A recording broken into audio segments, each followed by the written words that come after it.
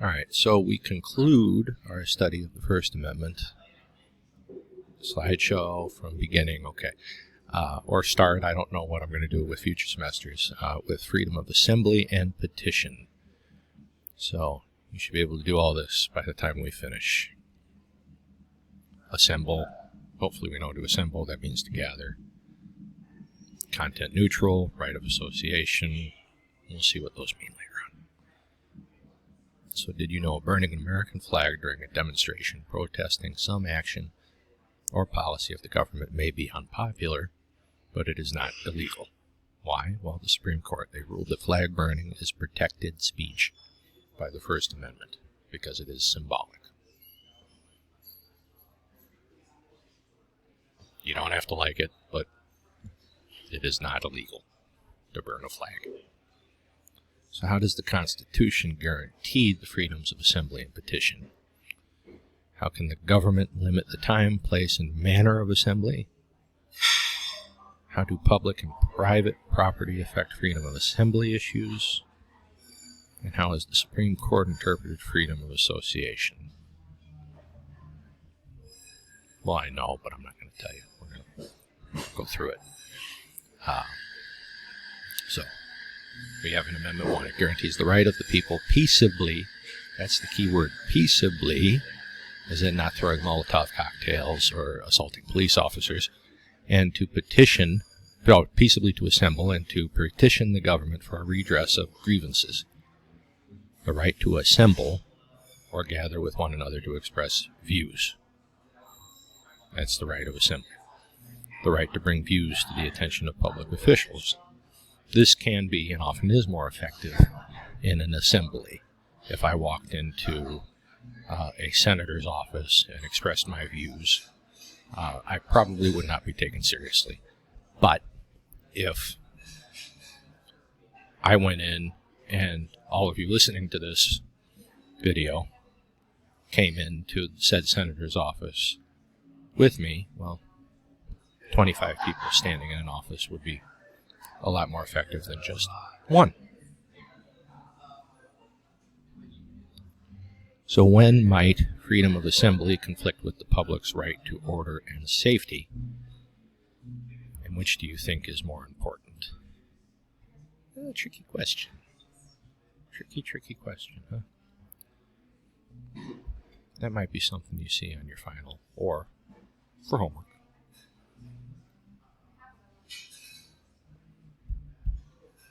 Yeah. Sorry, my computer's acting a little funky. Time, place, manner, regulations. Good. The government can make and enforce rules regarding the time, place, and manner of assemblies. You oftentimes have to get a petition to hold an assembly. Not a petition, excuse me. Have to get a permit to hold an assembly. Public areas near schools and courthouses are oftentimes restricted. With children, we don't necessarily want to be holding assemblies outside of school where learning's taking place with minor children present. Courthouses, the government's rules must be content neutral. They cannot favor one group over the other. They cannot try to limit what the assembly is trying to say. They can place restrictions on the basis of times. Okay, so you can petition from 9 a.m. You can assemble from 9 a.m. to 9 p.m. You can assemble on the village green. You can assemble and all wear a t-shirt and jeans. I don't know. But not on what the assembly is trying to say. So that cannot be limited. So public assembly and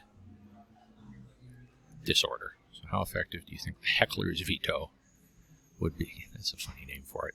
Would be in your community. So what is the heckler's veto?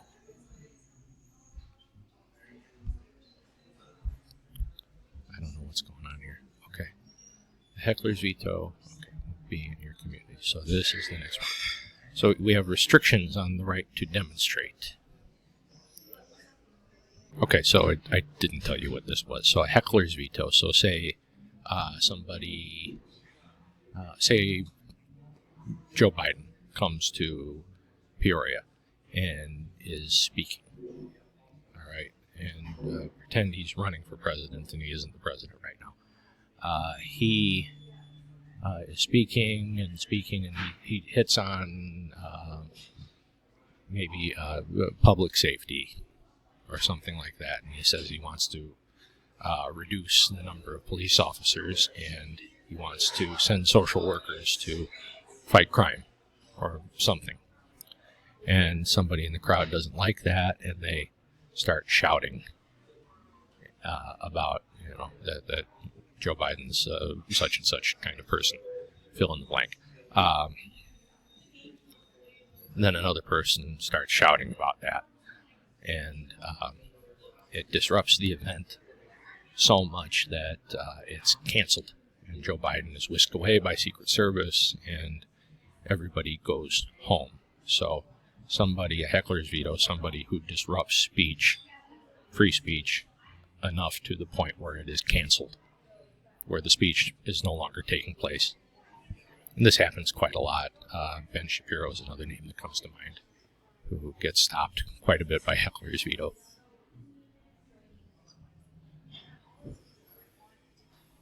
So, restrictions on the right to demonstrate. So, Cox versus New Hampshire. Supreme Court approved a state law requiring a license to hold a parade on a public street. Gregory versus Chicago. Said so long as demonstrators act peacefully, and peacefully, again, is the key word, they cannot be held accountable for disturbances that arise because of their demonstrations. So, let's see, an LGBTQ parade is just marching down an avenue in Chicago, and they're just holding their signs, and they're just doing their thing. They're not bothering anybody. And somebody decides they don't like that this is happening, and they lob an empty glass beer bottle at one of the participants in the parade. Now, the parade itself cannot be, what this means, held responsible for that guy who threw that beer bottle. They did not incite that action just simply by existing and by walking by. All right, Madsen versus Women's Health Service, Inc., and Hill versus Colorado. So the Supreme Court approved laws creating buffer zones around abortion clinics and people going in and out of them. Now, these are very, again, abortion clinics, again, are very contentious things, especially these days. So people need protection. You can't demonstrate like right up on a Planned Parenthood. You can't harass. You can't throw beer bottles at people walking in and out of a Planned Parenthood, say.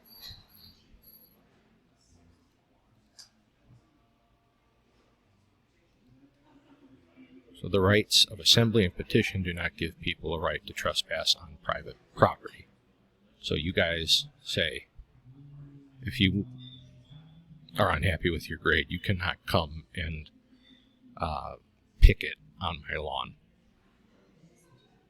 That would be bad for you. You would probably end up in a jail cell for a little bit of time. States can interpret their constitutions to require owners of private property, such as shopping centers, to allow people to petition on their property. So, if you want to say I lived next door to a Jewel or a Kroger or an Aldi or something like that, and you wanted to petition to get me to change your grades, you could ask the management of the Kroger if it was okay for you to petition there, because I would probably see you walking in and out of my house. They might say, okay, you're good. So you have the right to associate with others to promote political, economic, and other social causes. This is also known as the right of association. You have that right.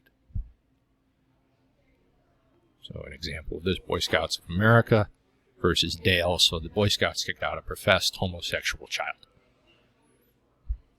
And the courts held that the Boy Scouts had the right to do it because if they accepted the boy, then they would be contradicting what the organization professes to believe.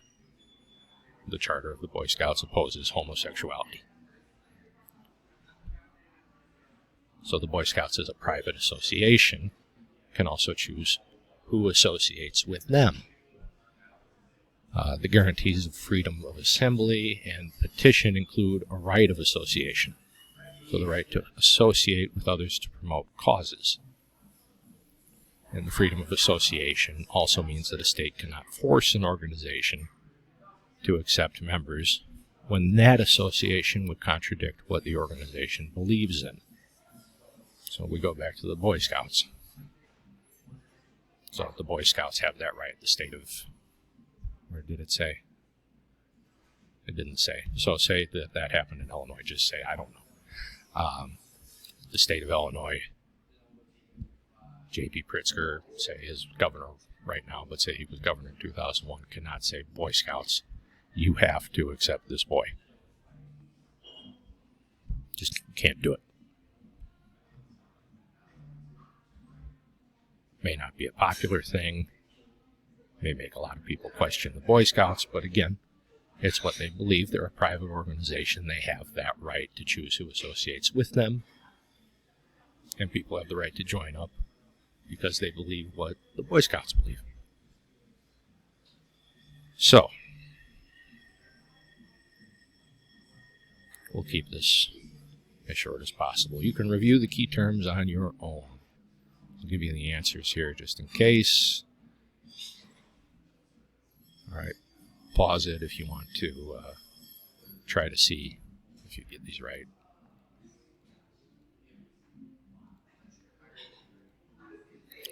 So the freedom to assemble and petition includes the right of association. Yeah. The right to trespass on private property. No, that's illegal. The right to demonstrate without prior notice. Also, probably most of the time illegal. All of the above, so B and C were no. So D is definitely no. The answer is A. The freedom to assemble. We just did that. Okay, this includes a double slide there. All right. The government has the right to regulate the timing of a demonstration. Yes. The content of a demonstration. No. You have the right to say what you want to say as long as you do it peacefully. The manner, the location. So the government can regulate the timing, the location, the manner, so they can tell you how you can do it, not the content. So list 4 freedoms the First Amendment protects: religion, speech, assembly, press. List 4 examples of how religion remains part of government. How does religion remain part of government? Interesting question. Most government officials take their oaths of office in the name of God. The president puts his hand on a Bible. The nation's coins carry the motto, "In God We Trust." The Pledge of Allegiance contains the phrase, "One nation under God." Daily sessions of Congress open with a prayer. Identify kinds of speech the First Amendment protects, kinds it does not. And I'm going through these, and I'm hoping, against hope, that you are realizing or writing these down or something, so you have maybe a handy reference for your final. Protects pure speech, symbolic speech. Doesn't protect seditious speech, defamatory speech, or fighting words. And how might freedom of the press interfere with an individual's right to a fair trial? They could broadcast or print information that might interfere or influence, witnesses' testimony, prejudice jurors or prospective jurors, or otherwise influence the trial's outcome. Why may government require that groups obtain permits to parade or demonstrate? Now this is interesting. I didn't have you this semester look at cartoons much. Interpreting political cartoons. Whom do you think the person in the cartoon is representing? Why? So let's see now. We'll give them freedom, but not too much freedom. Liberty, but not too much liberty. Rights, but not too many rights. The guy looks like he's wearing a wig, stockings. It's an old-style desk. My guess would be one of the founding fathers. Just my guess. Feel free to disagree. The framer is okay. The clothing, hairstyle, writing materials. That kind of looks like a quill now that I look at it more closely. What's the person doing? Probably drafting the Bill of Rights. What do his thoughts suggest about the nature of an individual's constitutional rights? They should be balanced.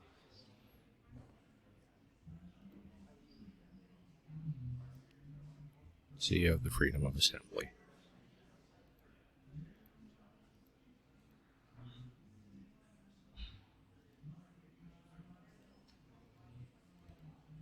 And that is it on the First Amendment. Short and sweet, that one. So we will move on to other amendments and see you soon.